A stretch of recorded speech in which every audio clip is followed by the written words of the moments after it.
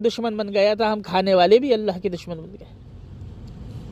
یہ سال گر گیا، اس کا کھانا کھا رہے ہیں، ہمارا کیا بنے گا؟ ہماری عبادت کا کیا حال ہوگا؟ بچے کی سال گرا، بوڑھا بوڑھی کی سال گرا، یہ کون سی سال گرا؟ یہ تو سالیں گر گئی ہیں، یہ شریعت میں اس کی کوئی گنجائش نہیں ہے۔ ہم کو بہت سے ایسے جائز کھانے وہ ایمان کو کمزور کر دیتے ہیں۔ جتنا سنتیں زندگی کے اندر داخل ہوں گی اتنی ترقی ہوگی، سنت میں ترقی، سنت میں حفاظت، سنت میں تربیت، سنت کے ساتھ ہی ہدایت۔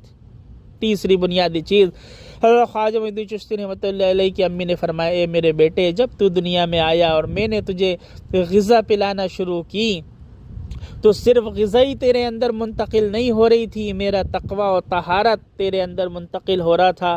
میں وضو کا اہتمام کرنے والی، سنتوں کی عادی، میری زبان پر اللہ کا ذکر، قرآن کا اہتمام رہا کرتا تھا، میرے اندر حیا تھی، اللہ کا خوف تھا، آخرت کی منزلیں میرے سامنے تھیں۔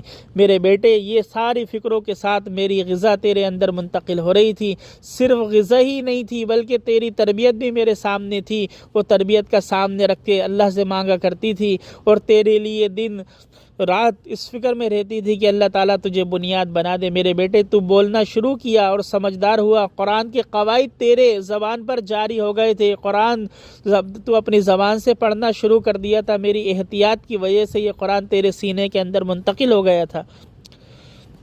ماں دیندار ہوتی ہیں، بچے دیندار ہوتے ہیں، مائی موبائل باز، my WhatsApp, my Facebook, my Instagram, my کا ہی سارا وقت موبائل پر گھس جائے گا تو بچوں کو کیا دیا جائے گا؟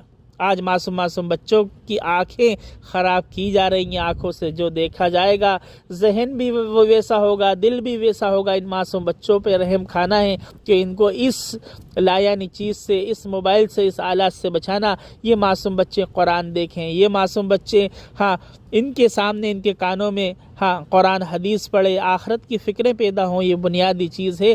اس کے لیے یہ ہمیں اللہ کے راستے کے اندر نکلنا اور نکالنا بنیادی چیز ہے۔ یہ دنیا ذمہ داری پوری کرنے کی جگہ ہے، قبرستان اس بات کا ثبوت ہے۔ انسان آتا ہے، مرتا ہے، کتنے لوگوں کو ہم نے غسل دیا، کتنوں کو کفن پہنایا، کتنوں کو کندھوں پہ اٹھایا، کتنوں کو قبر میں لٹایا۔ جو جنازے ہمارے گھر میں اپنوں کے تھے، اپنے والدین کے تھے، جب وہ جنازے ہمارے سامنے سے اٹھے، جو پہلے دن کا غم تھا دوسرے دن نے آ کے اس کو کم کر دیا، جو دوسرے دن کا غم تھا تیسرے دن نے آ کے وہ غم کم کر دیا، چند دن کے اندر سارے غم ختم ہو گئے۔ ہم نے لوگوں کے ساتھ ایسا کیا ہے، ہمارے ساتھ بھی ایسا ہی ہونا ہے۔ اس کے لیے ہم نیت کریں، ارادہ کریں کہ اس فریضے کو اپنی ذات سے ادا کریں گے اور اپنے گھر والوں کو لے کر چلیں گے۔